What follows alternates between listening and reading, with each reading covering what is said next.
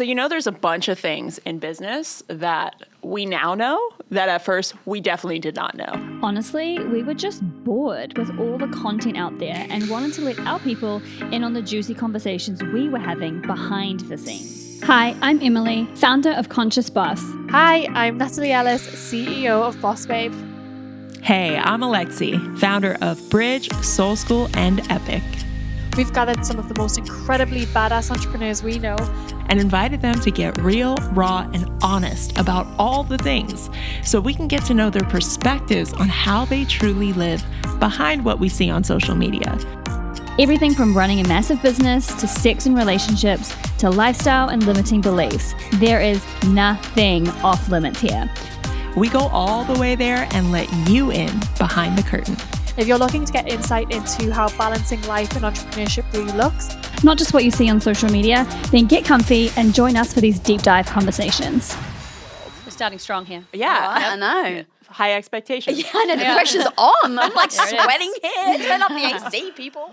All right, so there's a bunch of things in business that we now know that at first we definitely did not know. Definitely did not know. And I wish I knew. I wish I knew a lot of things before I got into this world. Mm-hmm. What would you guys say are like the top 3 things that you wish you knew that probably would have supported you along the way? This question, yeah. I think for me, the first thing is people. I just didn't realize how important a team was. I think in the beginning, you get so used to doing everything. Yeah. And then you get to a point where you realize you can only scale if you've got really good people on board with you. I remember hearing a quote on another podcast actually, and it was someone saying, don't ask how am I going to do this, ask who is going to help me do this. I love that. Oh, that's good. Yeah, that's good. I'll write that down. Tweet that. Yeah.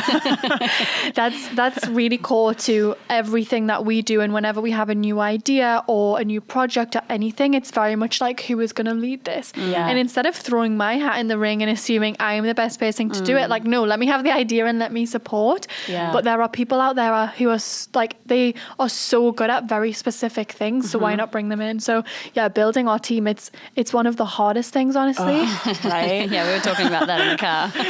But it's one of the most rewarding things. Yeah. I remember when I was hiring my first full-time hire, which was terrifying. Right. I was finding it so hard to find the right person. It was taking months and months. And I kind of told myself the story of like, I'm bad at finding the right people to work with me. And I was seeing everyone around me hiring so quickly. And then I brought on the most amazing operations manager. And we really did look for a long time to get her. And she killed it. And I've seen other people who were hiring fast have actually been firing fast. Yeah. And for us, I mean, she's going to be with us as long as we can keep her. She's amazing. Yeah.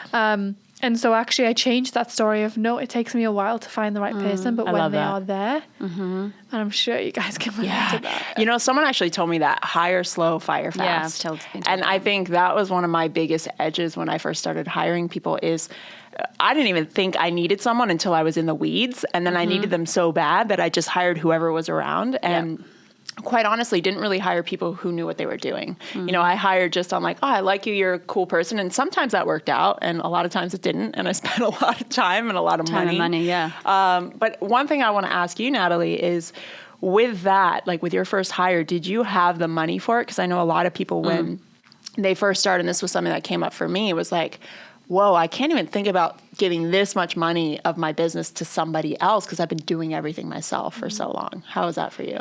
Yeah, and before we hired our first full-time kind of senior hire, we did have other full-timers working with us, kind of less senior, and we were working with a lot of agencies. So I was used to paying someone, but bringing someone on, with like a significant salary, that was terrifying for me. Yeah. We could afford it, yes, but it didn't make it any less scary. We had the money in the bank, and I'm very much like, I like to have runway in the bank. I like to know that we can afford to pay salaries, even if we have a couple of quiet months. But that being said, because we could afford it, I waited far too long. Right. So I really wish I'd have started looking before I could afford it, because when you hire senior people and you hire people that are really good, they bring their own value. They sure do. And they kind of add to how much money you're bringing in. So even if you're just before you can't really fully afford it, that bit of uncomfortableness is not even a word, but that uncomfortableness really pushes you to make it happen. And so now what I'm doing, like me and Danielle sit down and we plan, okay, who do we need over the next 12 months? And we start looking for those positions now, which might seem a bit preemptive, but if we find the right person, I mean, by the time you put them through interviews and on board, and you agree on all the packages, then actually you probably can't afford it and they are going to bring their own value. So I waited far too long and I don't recommend doing that because I mean, we were drowning. Wow. What about you, Em? Talk about this because I know a little bit about your some of my journeys. And Alexi was a bit of a hiring coach for me at some point when I kept running into the same problems with my team. And I was like, there's a common denominator here. Because I think that sometimes when we hire, it's like you expect, you can at the early stages, people to come on and instantly be valuable, but there's that process where people actually have to learn the business, like get acquainted and actually be able to then contribute to the team, which is why it's so important, I think, to hire when you, before you need them, and have those processes in place to support them, like making sure you actually have a way to bring them into the team. I think sometimes, I know for me, for sure, I was like, because for a lot of the entrepreneurs out there, we're not usually, not all of us, Alexi's extremely process driven and you probably are too, Nat, so I'll speak for myself and a lot of people that I know, I'm not a very process orientated person. So hiring someone, I need someone to come in and do that. So at the initial stages, it was like, come and help me. And I don't know how to like actually support you in being a good team member. Whereas now there's the, procedures in place and ways to actually bring people on. And I know a lot more for what to look for when I'm hiring. And, but it is definitely a process but again, something that I think you have to do that little bit, that when you're on that edge of like, oh, I really need it, but it's really scary. I think that it's like, it's a nerve-wracking process no matter what when you're bringing someone onto the team to trust someone with your vision and to then also the paying them and everything. So it's a journey, but it's essential if you want to be able to scale. It is. And also have a life while you're running a business. Which actually brings me to one of my big lessons is like what it actually costs to have a business. Right. I think for a long time I bought into like the quick hit idea where it's like you can build this business overnight and have all these. You can go onto a cabana in Tulum and have a business. You can literally just pop open your laptop and have this amazing lifestyle. And I bought into that dream for a while. But when I actually look at what it cost me to build, it was so many early mornings and late nights. It was, 18-hour, sometimes 24-hour days during lunchtime. It was a lot of my relationships. Like I literally fell off the face of the earth for essentially 3 years. It's like, what happened to Alexi? Oh, she was building her business. Yeah. And, if you weren't directly related to my business in some way, thank God my now husband was a part of it. Right. Otherwise, I would have just been straight up single. Yeah. It's all good. But the cost, right? And there's such a cost. But if you love your business, you don't necessarily feel it. Yeah. And I think I didn't really feel it until now. I kind of look back and I'm now starting to cultivate my community again and being really intentional about that. I'm like, whoa, I actually didn't have friends for a long time. I was kind of friendless for a while. And then like what you said, investing the time and the money in this thing that's at one point just a dream, right? Just kind of like a hope and a wish and an idea.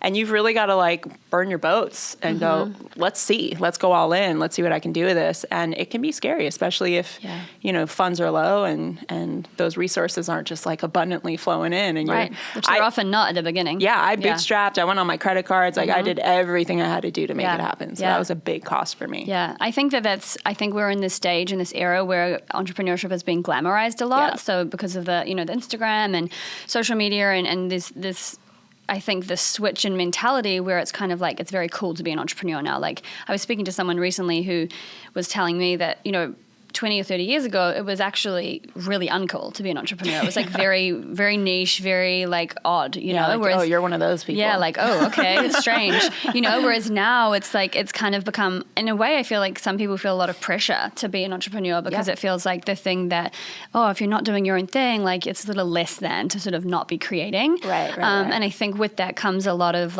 false expectation about what it really takes to be an entrepreneur. So people say, I want to do that because there's this social pressure or there's expectation.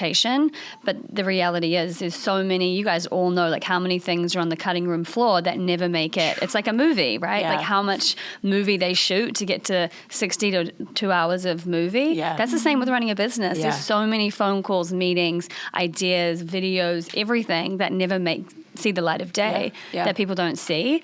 And I think it's, again, important, which is why I know that we're really committed to having these conversations to talk about the reality of like what it takes, what we go through to build it. It's not like don't do it, because it's, as we all know, it's like the best thing ever. It is. And I also want to speak to this though, because I don't think everyone's born to be an entrepreneur. Right. I really don't. And you know, like as a business coach, that's not a good business move for me to say that. It would be way better if I was like, you can do it and you can do it. And I used to think that. I don't so much anymore. I don't think that. Yeah. I definitely don't think that. Like, I don't think everybody has not necessarily what it takes, but the specific skill set that's required to be an entrepreneur. You need to risk threshold. That's it. You've got to be really comfortable with risk. And a lot of people come in and they want the lifestyle, they want the result, they want the outcome, but they don't really want to do what it takes and lean into that edge consistently. Like I'm talking day in and day out on your edge. A lot of people can't handle that, and that's okay, right? Yeah, like, that's the thing. There's nothing wrong with that, and I think that's part of the point. Sometimes I wish that I like had a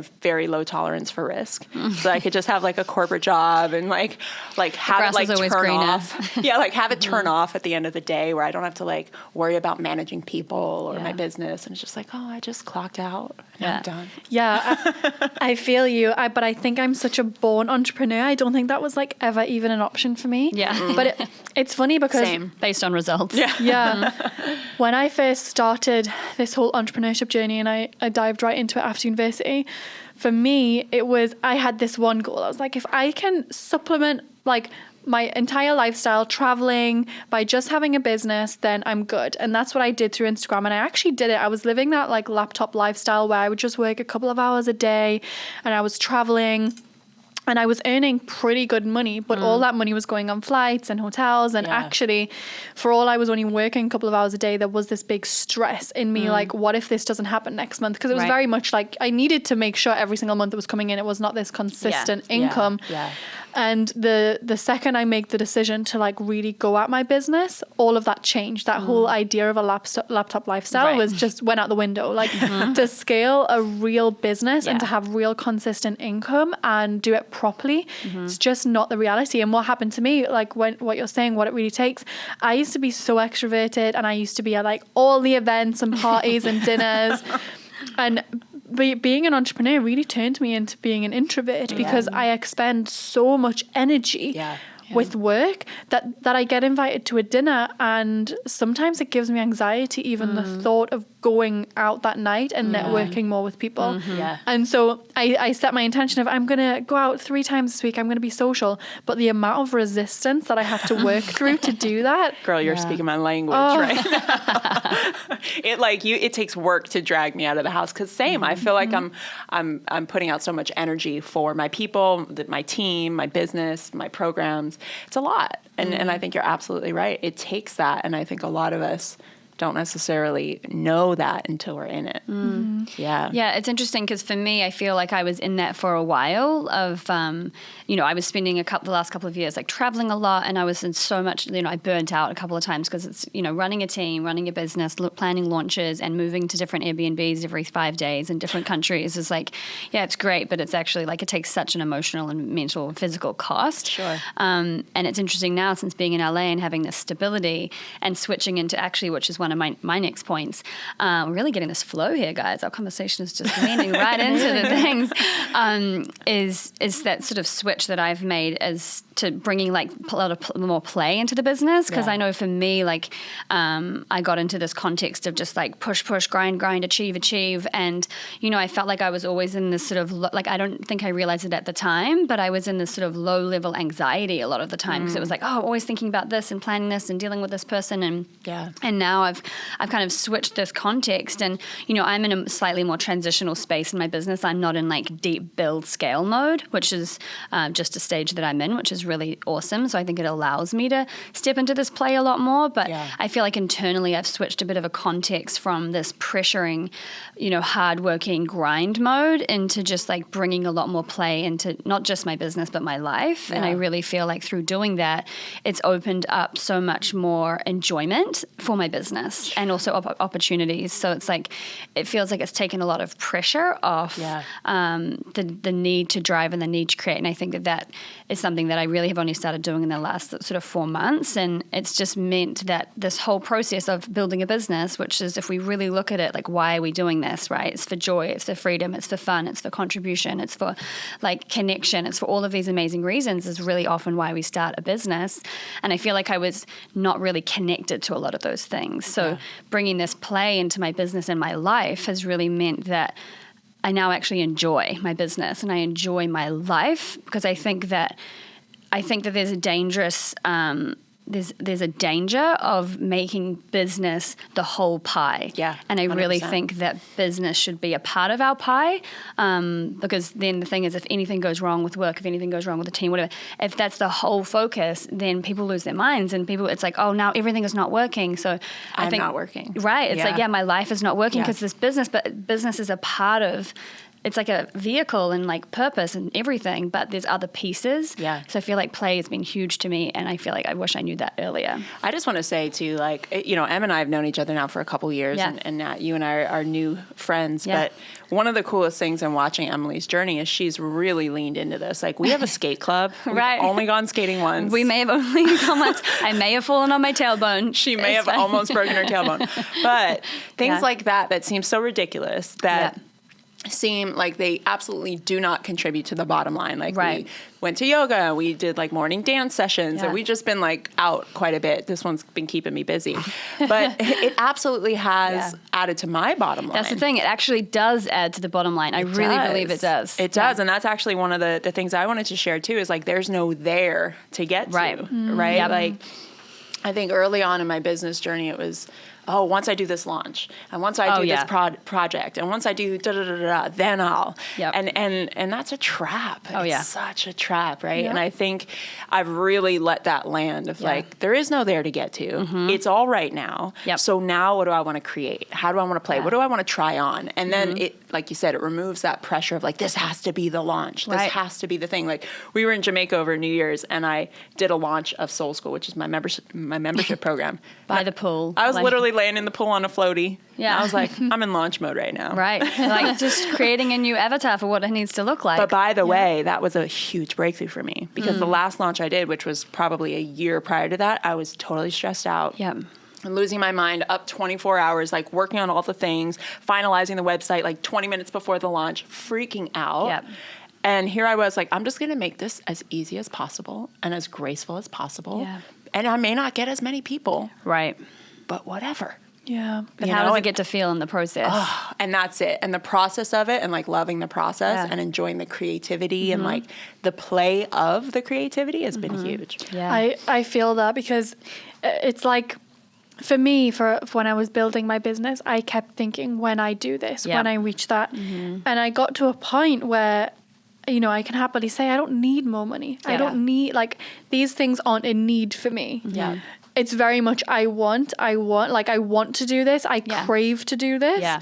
And so with that, you have to be able to give yourself some space, because I found myself in almost this like launch addiction loop, where I would go crazy and launch something, and it would do really well, and I'd think, oh, amazing, I can relax now. Right. And then I'd relax. Yeah. And then I'd have another idea. Okay, I'm going to go and do this. Yeah. And I'd go and do that. And then I found myself in this absolute loop of like being so busy and working like crazy, and then that launches, and then all of a sudden you breathe again, and you kind of get addicted to that stress, right? You're like, 100%. Okay, I'm going to get back in it now.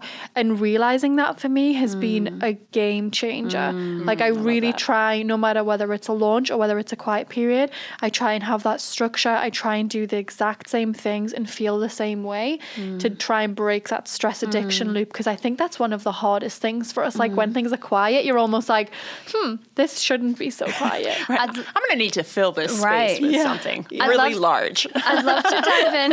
And very stressful.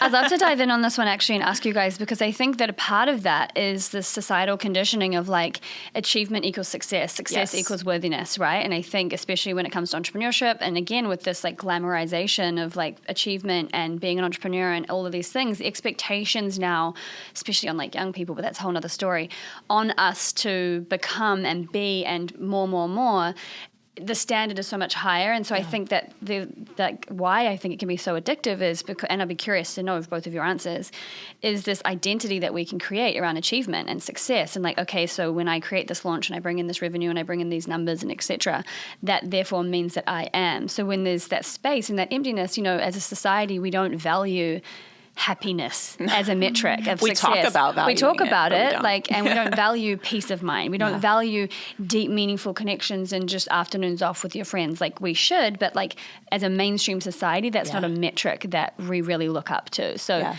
I'd be curious to know whether you feel like that plays a part in the addiction and the stress loop of achievement for either of you guys. Maybe you can speak to anything that's alive for you there. Yeah, I mean, that's absolutely like my entire life. It was for me, yeah. Literally my entire life since I was young, I've always been an overachiever. It's always like born entrepreneur, had my first business at 8, like my second business at 9, my third business at 10, like just killing the game, selling candy, selling cheat sheets, like whatever I could to make money because I love this idea that I could make money and like buy my own stuff because my parents are both entrepreneurs and they always said, if you want anything, like earn it.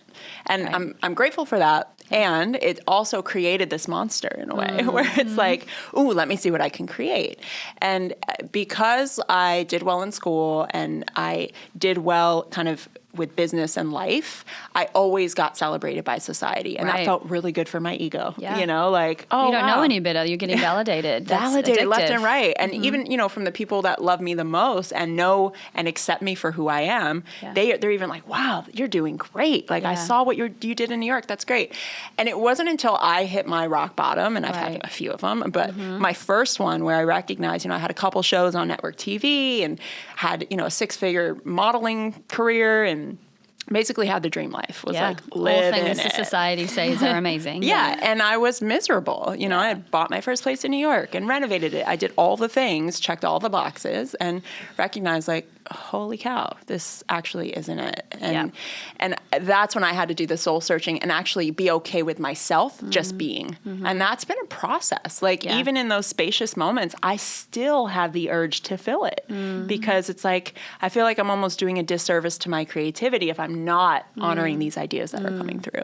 So it's a gift and a curse in a way. And it's really about like mitigating and managing it and really checking in and being honest. Yes. I mean, this question, I could talk for hours on it. I grew up in my childhood was filled with a lot of domestic abuse. There was a lot of depression in my household. It was very traumatic, and that often meant that I went ignored. I was the caregiver. I was ignored. And so what I realized very early on is if I do well at school, I get attention, I get celebrated.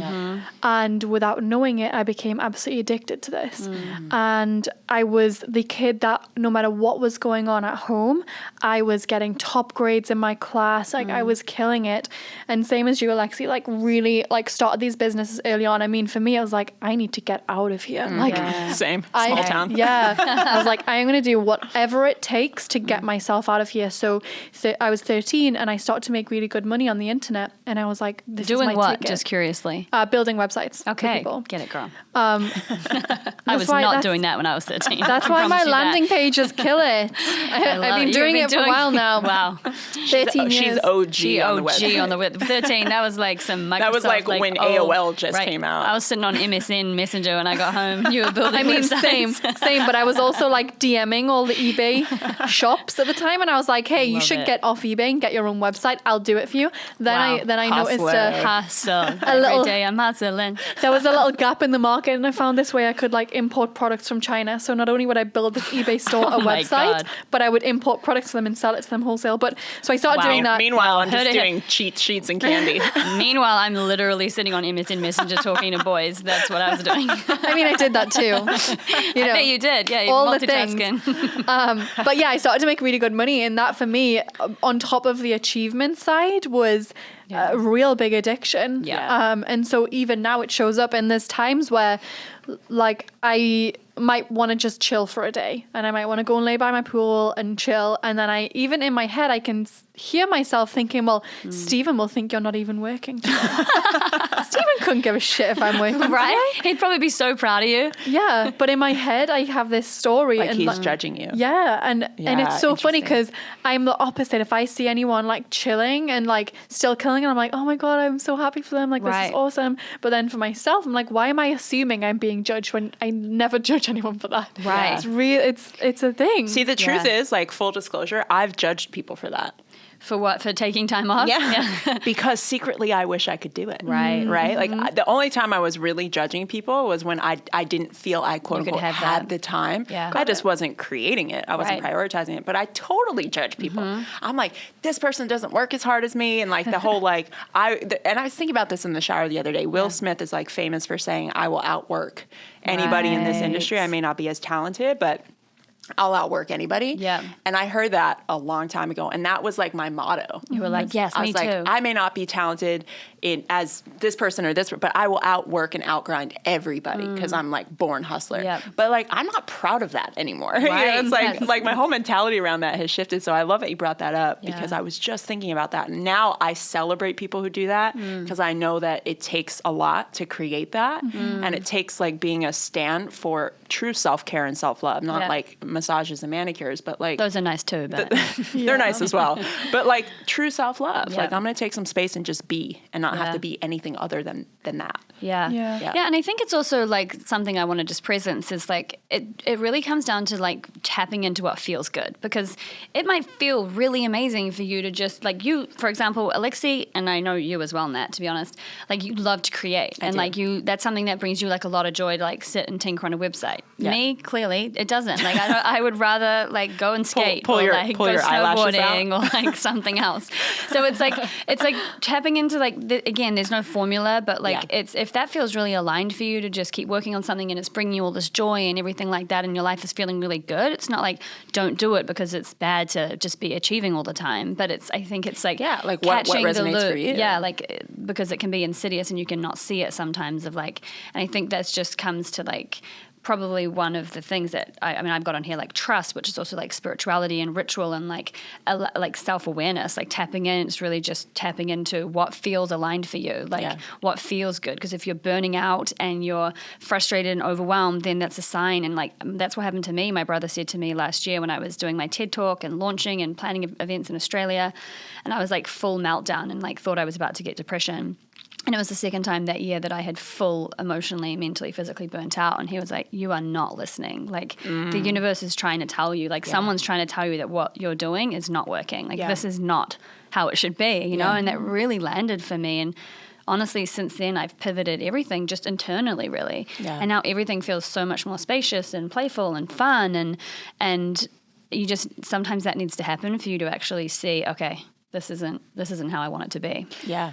Yeah, and that also, this whole achievement thing really brings me on to one of the things that I wish I knew when I started was imposter syndrome. Oh, yeah. Oh, my gosh. I literally have that written down, too. I'm like, girl. Yeah, it's real. And oh, my God, it still affects me now. It's so funny because I'll like get a message from someone that I totally respect.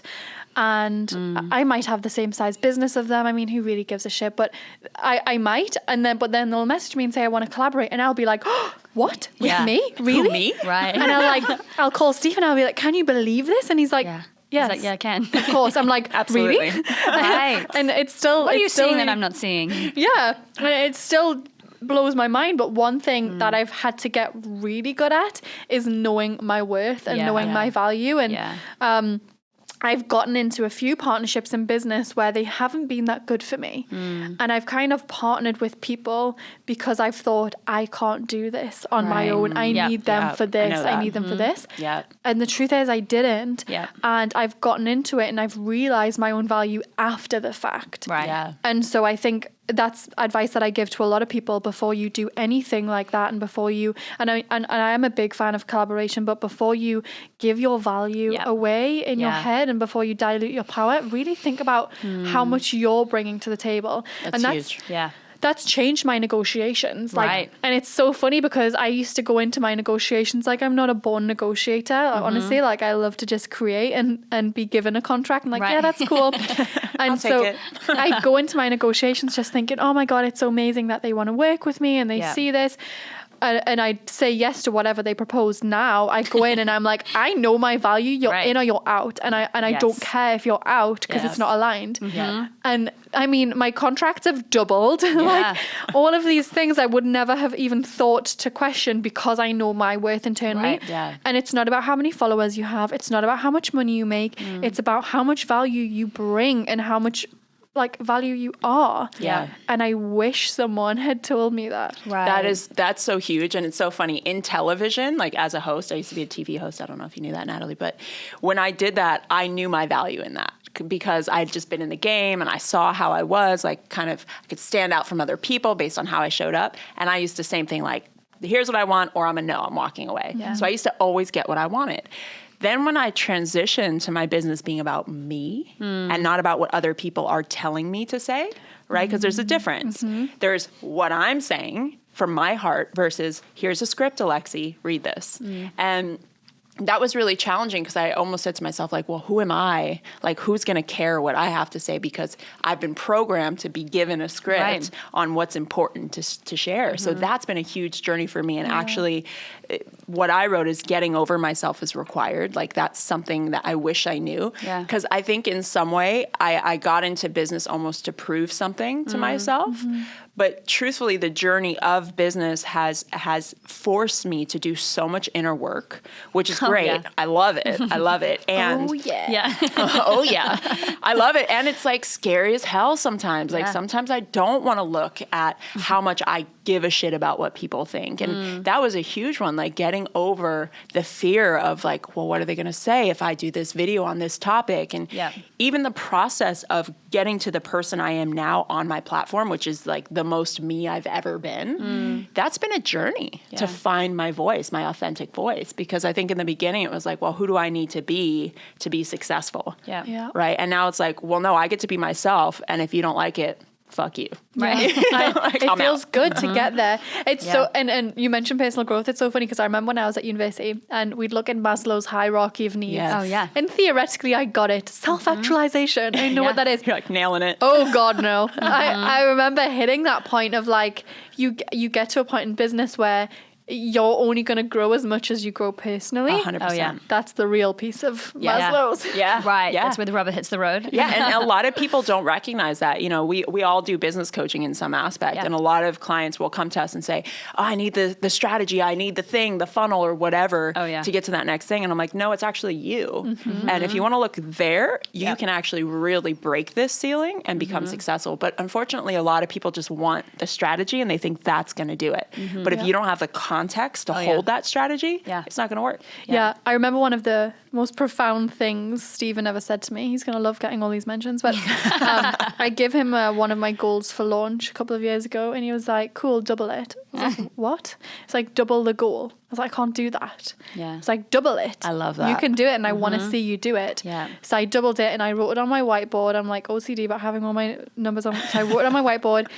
And I remember looking at that goal and being absolutely terrified. But he'd said to me, that's what I want to see. And like the overachiever kicked in. I was like, okay, I'm going to do it. I will do it. And I had no idea how I was going to do it. And I even videoed the day I hit it and I was crying. And I was like, I actually hit my goal. And he was like, yeah, I know it. And every single time you set a goal now, you need to double it because you're you sitting don't, from a place of... it's all personal growth. And when I doubled it, it wasn't, going and doing another funnel. I did nothing more than I would have done had the goal been half, but it was the personal growth, it was the personal belief, it was looking within and pushing the boundaries within that actually pushed the bottom line. And so everything you're saying there, it's so true. So like for anyone listening, like truly ask yourself, okay, if I doubled this goal, who do I need to be to get there? Who do I need to become in order to make that happen? Most people aren't asking that. They're like, who do I need to hire? What funnel do I need? What system do I need? No. Who do I need to become? That's it. That is the game. It's the game of everything. It's the game of powerful relationships, powerful business, powerful friendships, everything. Like secret sauce to life. Secret sauce to life. Yeah. And I mean, something that I think that which is one of mine, and I think also echoed through here as well, is like the power of relationships. Like that was Stephen seeing you, knowing you, and I was having this conversation with a friend yesterday on a podcast around, you know, the impact of actually embodying that next level of worthiness and embodying that next level of like ourselves by that positive reinforcement, by that validation, by people seeing you. Like, for example, when I was going through my hiring stuff and I keep getting into the same problems and blaming people, and then like Alexi was like, look, this keeps happening, so this sounds like something that's happening on your end, you know? And like having That's a those, good friend. right? But it's true. And like, you know, you become who you're around, and like having those different expectations and having people see you, push you, support you, like these conversations that we get to have here, like pushes and challenges us through having these conversations and having those relationships around you to support you in becoming that highest version of yourself. Because that's, I think, as well, around the team thing. It's like we can do more together, and like having people around you that are going to call you out, call you up, and inspire you simply by being around them, I think is so important. And I know I didn't have that for a long time when I was building my business, and now it's like such a non-negotiable, because it does take that sometimes to actually have someone believe in you. Like I had this conversation with a friend's husband yesterday. You know, I'm going through a lot of transitions in my business, looking at like some different things I'm really curious about getting into. And it was such a beautiful conversation. I don't know this person very well, but like he was so generous, so encouraging, so supportive of like what I wanted to create. And that made such an impact on me. And I was just like, wow, actually like now I'm like, yeah, cool. And he's, confidence and support. And it's just like, okay, this feels real now. And sometimes we really, really need that. And I think that there's nothing wrong with wanting that and needing that and the impact that can create on us. I think it's huge. I think a lot of people grossly underestimate the power of tribe and community. And I think that was me for so long too. It was like, oh, I don't need it. I just need to focus, head down, head down, head down. But truthfully, like everything has amplified, like not just my business, but like my heart, my joy, my capacity to love. Everything has just amplified since I've opened up my space to people that are really living an extraordinary life. And this is something I'm curious to hear from you guys, because I recognize this in myself at one point. I was keeping myself the big fish in a small pond for a really long time, where it was like I was the person who was like the most impressive resume, making the most money. I did that for a while. Even in like my ex-partners I used to date, like I was always the like, oh, okay, she's the one out of the relationship that's like killing it. And I recognized that it was my ego's way to stay safe, because I didn't have to actually like be on my edge. And I actually like fully came to this realization when I broke up with my last partner prior to meeting Preston. And I recognized like, damn, I keep choosing people that look up to me, that are inspired by me. But like, I want to be inspired by someone. I want someone to call me forward. Like I'm sick of doing all the work and like dragging somebody's weight along. And I recognized why. It was strictly because I didn't want to feel that gap. I didn't want to feel my edge. And since I've leaned into that, not just with Preston, but with my girlfriends, like girlfriends especially, like allowing them to hold me versus me being the one that's always getting the phone calls and always doing the support. Like allowing myself to be held has been amazing. And it's taken a lot of my ego to just be like, whew. So have you guys experienced something similar? And what did you gain from that shift if you did? Yeah, I mean, all my past relationships, friendships, all those things, I was always kind of the one racing ahead and doing the weird things. So you didn't have like other 13-year-old friends that were building websites and on the hustle? Surprisingly not. And the funny thing was, like, I had no one to talk about this with because they didn't get it. And what the habit I picked up from being surrounded by people that just weren't where I was and kind of having the most impressive resume was I wouldn't talk about myself. I wouldn't feel comfortable doing it. I would be constantly listening to their problems, and that's what it was, right? It was like them sharing their problems constantly. And actually I'd had a really epic day and like I was killing it, and I really wanted to celebrate, and I couldn't say anything because I knew that they felt like they were going through something and they were in the victim mode, and I wasn't able to just go in with some positivity because they'd be like, oh, you know, all the things. Here she is trying to do that thing again. And so that was really hard. And so being surrounded by people that are killing it and really like hold space for you to like be celebrated or to share things that you might be a bit scared or feeling vulnerable around is a total game changer. And I mean, for sure, my relationship just feeling like I'm also in catch-up mode, and the two of us go through phases where one might be killing it a little bit more than the other, and then it flips and it flips, and it's always keeping us on our toes. And for some people that might sound like a nightmare, but for me, I love it. I love it's just great. I love it. So good. What about you, Em? Yeah, I mean, I think that the power of relationships is so important, obviously. I mean, I speak about it a lot. And I think for me, like I've always been so inspired by people. I think like that general like inspiration by people that are doing great things and up to big things, like it has always kind of put this drive around being around them. So I don't really remember ever kind of feeling like I was around people that like, I mean, obviously for sure there was a stage when I moved home from Australia and I was like trying to get into business and I just lost my dad, and I was like, I felt like there was no one that I really wanted to spend time with that I was like really excited by, and started going to events and started kind of doing my thing and then started cultivating that community. But I feel like I've always made it like a mission to be around really inspiring people, because it's like I'm happy to be like the least qualified person in a room of people. Yeah. Like I think that's where the magic is. It's like, okay, wow. And I think as long as you can kind of manage, because the thing is there's always a gap. There's always a gap between where we are and like someone who's we perceive to be doing bigger things. And I think it's just I've had that comfort level with that. And I just get so inspired to like be around people. So it's always been like a focus of mine to make sure like I'm putting myself in situations with people that I think are awesome and amazing, and like that's had such a powerful impact on me. Because I just think that it's something that's so underestimated by people who people spend their time with, the conversations you're having, the lives that they're living. And I think for this one, I think especially for women, it can feel a bit tricky because it's like we're relational beings. We're very like loyal, and like not that guys aren't loyal, but like I mean we're very focused on building relationships. And I think that whenever we transition, because we're always transitioning, like our lives are all, and that's a lesson that I think I needed to learn as well. It's always going to be in transition. Like again, echoing on the you never get there. We don't land. It's always moving. So it's like there's always going to be that natural flow in your relationships. And I think some people can get really attached, like, oh, well, these will be my friends forever, and like, oh, I can't, like, it's rude if I don't hang out with them. And it's like it doesn't make anyone wrong or bad. Like if you're spending time with people that really aren't lighting you up, it's just a necessary process for you to, like, I always say, like, if you still have the same friends that you had when you were, unless maybe you, because you probably were hanging out with entrepreneurial friends at 13, but like if you still have the same crew for like 10, 15, 20 years, like I have some of my friends that I've known for that time, but they're like two of them and they're both entrepreneurs.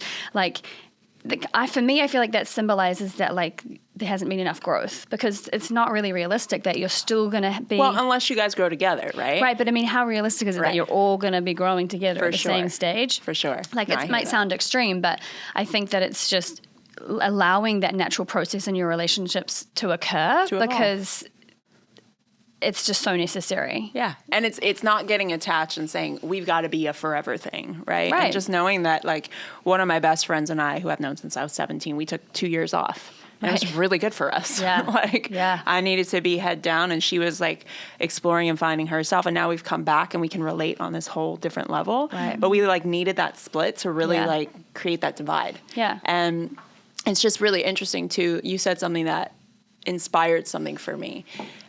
I have to say, since I have elevated my community, and it's been for the last like 5 years, it has been the most gigantic permission slip ever. Like, I don't know about you ladies, but I have gotten some of my best like moonshot goals from seeing what other people do. I'm like, Oh yeah. whoa, they did that? Like that's even possible? It's like the 4-minute mile, right? Roger Bannister.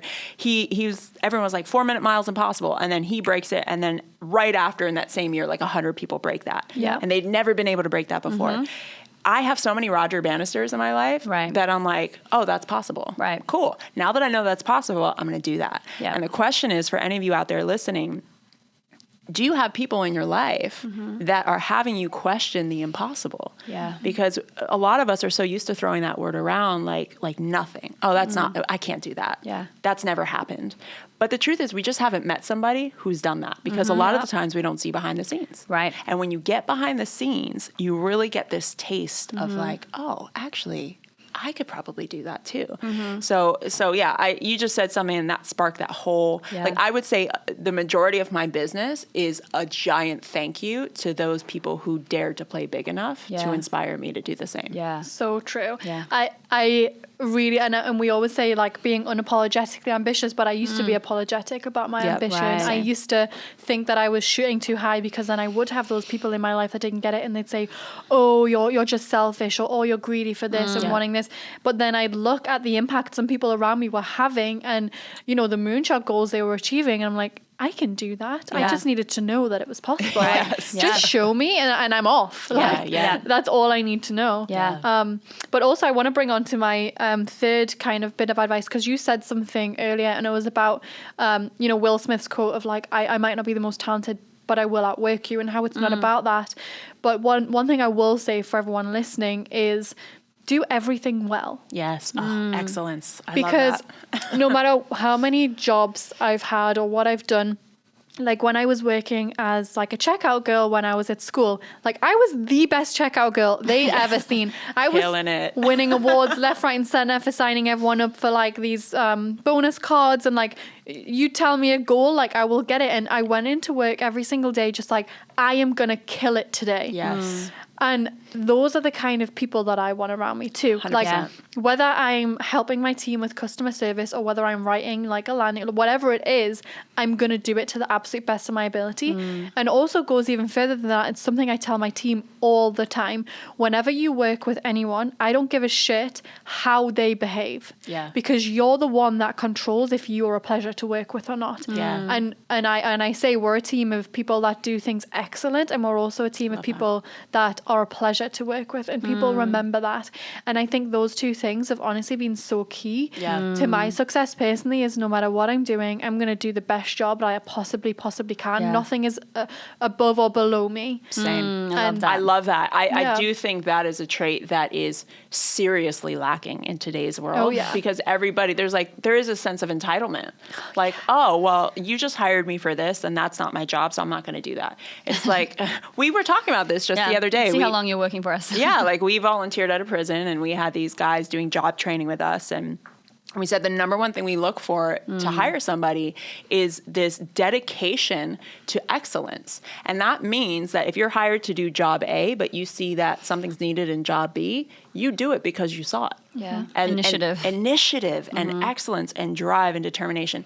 That is so underappreciated, I think, in today's world. So thank you for bringing that in. For those of you listening, like, take that on. You can learn that skill. That's not something you're born with. Maybe we were born with it, but I feel like that's just something that how could I walk into a room and not give my best? Yeah. Right? Yeah. And truthfully, I've had a lot of clients come to me in business with, oh, I hate my job and I want to quit and do my own business, right? I'm like, okay, are you giving 1,000% at your job currently? Well, no, because, and then list of reasons. I'm like, until you're giving 1,000%, you can't leave. So let's do a 90-day challenge where you show up 1,000%. You win all the awards, you do all the things, you sign more people than you've ever signed as a salesperson or whatever your job is, and then you can walk out on a high. Yeah. Walk out knowing that you've given your best, because if you can't give your best at your current position, no matter who you are and what your position is, you cannot run a business. Period. Do you want to jump in? Yeah, golden. I mean, I didn't want to get up before school 6 a.m. and stock shelves. I didn't internally jump out of bed thinking, I can't wait to straighten up those shelves today. But you can bet if it was my area of that store, my shelves were perfect. Yeah. When I worked in a retail store with clothing, that's when I learned the power of upselling and all of those things. Like my experience there taught me how to sell. Yeah. So someone come to the checkout, they spend £30, not dollars, spend £30, and I've been told, okay, your average transaction value should be 50. I'll make 50. Yeah. I'll figure that out. I didn't wake up in the morning thinking I can't wait to sell a bra to someone. Yeah. But when I am there, like there's something inside you that kicks in, and you decide, like you said, I'm going to give 1,000%. Yeah. And the minute you start thinking something is below you, the minute you need to Game over. Check in. I think with this one as well, like something that comes up for me is like really realizing that every area of our life is flowing to the next one. So it's like, it might feel like, oh, this job is this silo and I can just not show up for it because it doesn't really have anything to do with what I really want to do. It's like, no. There's a reason why you're in that job right now. And there's something that's going to be created by 100%. You being there. Like I look at everything that I've done and like the flow on and like, oh, I learned that there and I learned that there and I I learned that there. And it's like a perfect training ground that's going to, like, maybe it's the fact that you showed up so hard in that 90-day challenge at your job, and then if somebody met you and then they were about to start a business and then they want to ask you to be a co-founder. Like, this is something that I've so realized, and it kind of links back to relationships as well. Like, everything is relationships. Like, you're going to meet those people later down the track, and do you want to be the person that didn't show up, or do you want to be the person that, like, even though you were there, they saw something in you? Like, everything is linking in, whether it's a relationship, whether it's a skill you're learning, whether it's that because of that you were in just the right room at the right time, like trusting that process, because it's all divinely linked in. And so when you're making sure that you're showing up for it, it's just trusting that, like, and I think this for me is a huge one, and it made a big difference for my life, is like trusting that things are working out how they should. Like, you can't make a wrong decision. Like, I feel like a lot of people get super paralyzed around not starting a business and not putting themselves out there because they're like, oh, what if I make the wrong decision? And what if it doesn't work out? And what if, like, needing to know so much of the plan before it's unfolded. It's like, you can't get the full-on clarity, the confidence, the relationships, everything before you start. Like, all of that comes through, like, deciding to leap in. And it comes from failure, too. 100%. Like, failure is and our what is failure? Exactly. Like, I don't even believe that's a thing. Exactly. But what you would call failure is where we get the golden nuggets. That's where, like, all the juice comes in. But I love what you're saying, and I do think I want to, like, really stamp this in. Yeah. Relationships can also be the death of you as well, in the sense of people talk. And if you show up a certain way, if you're backstabbing, if you are half-assing it, people talk. And people leave one career and go to another area, and it's important for you to really get that your reputation precedes you. Yeah. Like, I have heard about people in really phenomenal ways based on how they showed up for a friend of mine. Yeah. And I've heard about the real behind the scenes. And it's like, I will never hire that person. Right. I don't even want that person in my circle. Right. I don't even want them coming to my events as a student. Right. Yeah. Like, word gets around. So this is another reason, like, really be aware that really all you have is how you show up. Yeah. 100%. Yeah, and I can speak to that. Something that happened to me recently, and it was a woman in one of my circles in LA, and something really bad happened there, and she really backstabbed me. And I've always been the kind of person that if someone talks about someone else behind their back to me, I'm like, okay, that's not the right person for me. Right. Yeah. And I stay away from that person, and it's like a warning symbol. And I remember when this thing happened, you know, all of a sudden my ego wanted to jump and defend itself and go out and tell everyone what had happened, so that I wouldn't be the one with my reputation tarnished. Yep. And I made the decision in that moment that I would never talk about what happened, but instead I would just show up as myself for every other relationship, knowing in full confidence that if this thing was ever brought up and my character was ever questioned, no one around me would have even a thought to question it. They would know that hopefully that warning trigger would kick in for them. But like, that's not Natalie. I know that's not Natalie. And I totally, like, everything about reputation. It's not about one relationship. It's about every relationship, and it's about how you show up to every single relationship. So don't get so worried about having your ego defended or jumping in and getting involved in anything like this. Know when it's time to say that's not for me. Stepping out of it and just making sure that you do a really good fucking job of being yourself with every other person. I love that. And that actually, like, makes me think as well, it's really important how we treat everybody throughout the process of everything in our lives. You know, I think it's really telling. I've gone out to dinner with some people who I hear amazing things about, and then I see how they treat the wait staff. And I'm like, I will never do business with this person. Why? Because I used to be a waitress. Same. My family owned restaurants. I used to butter the toast in the back on Sunday brunch. And if you're not treating every single human being as a human being and seeing their humanity and actually connecting with them, just because you're like the connection person online, I'm not fucking buying it. Right. Oh, 100%. You know, and we see that a lot in our industry where it's like you smoke and mirrors and in front, and like a lot of you unfortunately watch people online who show up one way, and behind the scenes we get to see how they're actually showing up. And it's important for you guys listening to really take this on, like how, and this is that excellence, right? How can you show up in excellence in all areas of your life? And one relationship, kind of tying back to what you said, I was a bartender in New York for a long time. And one of my clients was actually who used to have a job in, like, I think he worked as a like sub designer at some label or whatever.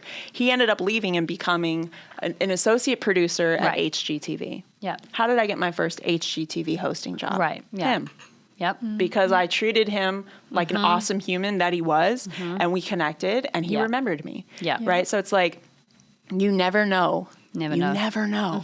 And why not just be a good human in the process? Right. Yeah. And one thing you said of like, I will never do business with them. For anyone listening, have that integrity. Yeah. There's been lots of people that I've met where, you know, there's lots of things. They might have tons of followers. They might be so well connected. Everyone might speak so highly of them. But the same thing, you're around them and the way they treated someone around them or the way they talked badly about someone. Yeah. To me, if that might not feel good, and if that doesn't feel good, I don't care how well connected they are. I don't care how many followers they've got.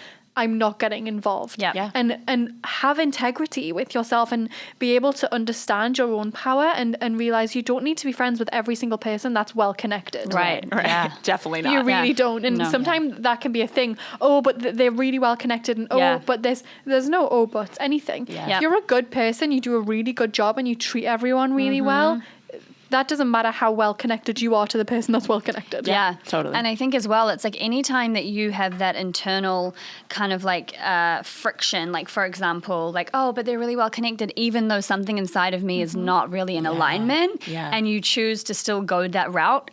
Like it's asking for trouble anyway. Like you're not actually going to get what you even think you're going to try to get out of that. And again, that's very transactional. Like, you're not really in alignment with like who I feel like I want to be with, but like I feel like I could get something out of you, so I'm going to like kind of, you know. And I had this really land for me a couple of years ago when I did this event in Australia. And I was there. Right, yeah, Lex was there. It was like a little kind of influencer breakfast that I put on, and there was this girl that I invited with a really, really big following that I was like, oh, she's not like really in like kind of, doesn't really mesh with like the vibe of all of us, but like she's from here and has this big following and la la la la.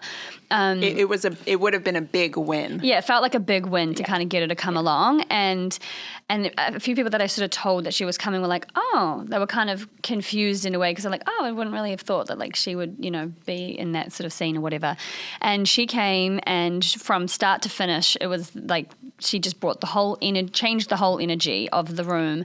Like had a few things kind of go on that really just like limited what I wanted to create, and I was like, perfect. I was like, I just so landed that I was like, I will never do that again. Yeah, I will never do that again. Like I already knew that. Like internally, my gut had already told me like that wasn't fully in alignment, and then it was just like, okay, absolutely perfect. And now I'm just so clear. It was just like, it's not worth it. Like you just have to be in integrity with yourself and in alignment, and otherwise it's not going to actually pan out the way you might have intended anyway. Yeah, no, that's huge. There's been so many gems here. I just want to reiterate, let's just roll through our top 3 again as we wrap this up. There's so many gems, but our top 3 that we wrote down, the 3 things we wish we knew before we got into business. Go ahead and kick it off, and then Nat. So for me, it's relationships.